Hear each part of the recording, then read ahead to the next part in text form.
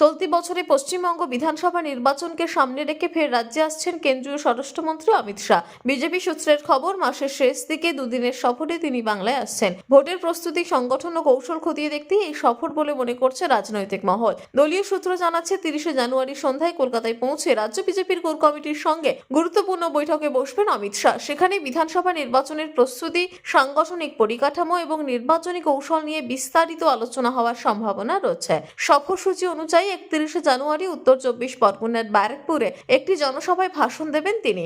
ওই সভা থেকেই বিজেপির নির্বাচনী বার্তা তুলে ধরা হবে বলে দাবি দলীয় সূত্রের। রাজনৈতিক পর্যবেক্ষকদের মতে, প্রধানমন্ত্রীর সাম্প্রতিক সফর, বিজেপি সভাপতির বঙ্গ সফর এবং এবার অমিত শাহের আগমন সব মিলিয়ে স্পষ্ট, বিধানসভা নির্বাচনকে ঘিরে বিজেপি এবার পূর্ণ শক্তিতে ময়দানে নামছে। ইলেকশন একদম সামনে দোরগোড়ায় চলে এসেছে এবং আমাদের ইলেকশন বলুন বা সারাক্ষণ বলুন, কোনো না কোনো কার্যকর্তাদের উৎসাহ দিতে, বুস্ট আপ করতে আমাদের অমিত শাহজি মাঝে মাঝেই আসেন এই বাংলায়, বিশেষভাবে দেখেন। এবং এবারেও আমাদের এই বিভাগ আছে, 4টে জেলা নিয়ে আমাদের এই কার্যকর্তার সম্মেলন আছে এবং সেই সম্মেলনে সবাই আসবে এবং সব কার্যকর্তারা উৎসুক হয়ে বসে আছে যে অমিত শাহজি কি বলবেন, এবং আমরাও সবাই বসে আছি। কি বলবেন, কি মনে হচ্ছে, কি সাংগঠনিক কি মন্ত্র দেবেন? সংগঠনে তো প্রচুর সবাই কাজ করে যাচ্ছে। আমাদের মানে লাস্ট তৃণমূল সরকারকে অন্যায়ের বিরুদ্ধে যে প্রতিবাদ ভারতীয় জনতা পার্টি করেছে, রাস্তায় নেমে করেছে, 365 দিন কাজ করেছে এবং এখনো করে যাচ্ছে। এবং অমিত শাহজি মাঝে মাঝেই আসেন এবং মাঝে মাঝেই আমাদের কার্যকর্তাদের সেই মার্গদর্শন করিয়ে যান, সেই পথ দেখান এবং যেভাবে বলবেন আমরা সেই পথেই চলবো। আমরা শিল্পাঞ্চলের জন্য কোনো বার্তা আছে? নিশ্চয়ই। দেখুন, ভারতীয় জনতা পার্টি মানেই তো ইন্ডাস্ট্রি। আপনি গুজরাট দেখুন, আপনি উত্তরপ্রদেশ দেখুন, আজকে বিহার দেখুন, বিহার জেতার পরে বিহারের কত পরিবর্তন এসেছে। মধ্যপ্রদেশ দেখুন, তো আমাদের বাংলাতেও সেটা করতে চাইছেন। এবং আমাদের এই ব্যারাকপুর বলুন, এই দিক শিল্পাঞ্চলগুলো বলুন, তো একদম তো একটার পর একটা ইন্ডাস্ট্রি বন্ধ হয়ে গেছে, জুট কারখানাগুলো বন্ধ হয়ে গেছে, কলকারখানাগুলো পুরো বন্ধ হয়ে গেছে। ইউনিয়নবাজি থেকে শুরু করে বিভিন্ন ধরনের রাজনৈতিকভাবে তাদেরকে মানে তাদের আজকে কাজ নেই। এবং এইসব জায়গাগুলোতে আমরা চাই যে ভারতীয় জনতা পার্টি, আমরা বারবারই বলেছি, সরকার এলেই তবে আমরা এগুলো করতে পারবো। উত্তর 24 পরগনার একটা মেইন জায়গা হচ্ছে ব্যারাকপুর, আরো 3টে জেলা আসছে। কোন কোন জেলা আসবে এখানে? এখানে বারাসাত, বনগাঁ, বসিরহাট।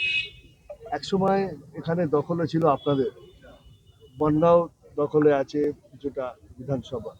বলছি, কি মনে হয় এবার কি এই অমিত শাহতে আসাতে কিছু ভোকাল টনিক হিসাবে, অক্সিজেন হিসাবে, বাড়তি না, অক্সিজেন অমিত শাহজি আসাতে হবে এরকম কিছু নেই। উনি সবসময়তেই আসেন এবং আমাদের বিধায়ক যারা রয়েছেন, আমাদের কার্যকর্তারা যারা রয়েছেন, তারা মানে তাদের সেই উৎসাহ রয়েছে, সেই উদ্দীপনা রয়েছে এবং আমরা নিশ্চিত যে এবারে মানুষ একদম রেডি আছে। 2021-এর তুলনায় 2026-এ মানুষ অনেক বেশি রেডি।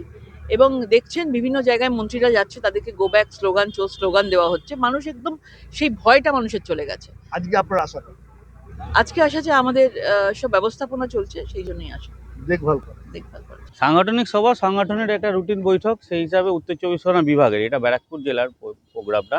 এটা আমাদের উত্তর 24 পরগনা যে টোটাল জেলা আছে, সাংগঠনিকভাবে আমাদের 4টে জেলা। সেই 4টে জেলার উনি 4টে জেলার নেতৃত্বস্থানীয় যত লোক আছে তাদের সবাইকে নিয়ে মিটিং করছে, একদম বুথ লেভেল পর্যন্ত কার্যকর্তাদের নিয়ে এখানে মিটিং হবে।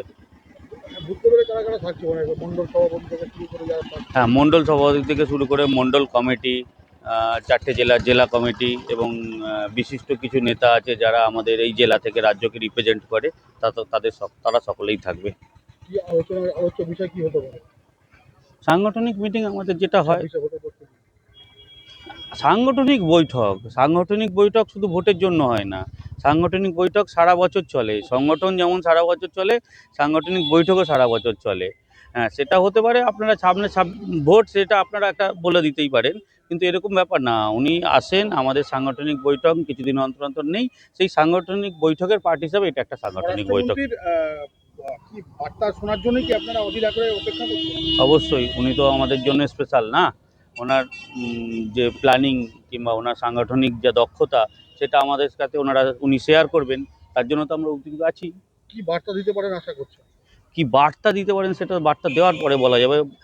যদি বলার যোগ্য হয় তাহলে বলা যাবে। সাংগঠনিক বৈঠক সাধারণত, সাংগঠনিক বৈঠকে কি হয় সেটা সাংবাদিকদের বলতে নেই, এটা আমাদের সাংগঠনিক নিয়ম। হিসাবে 31 তারিখ বেলা 10টার সময়।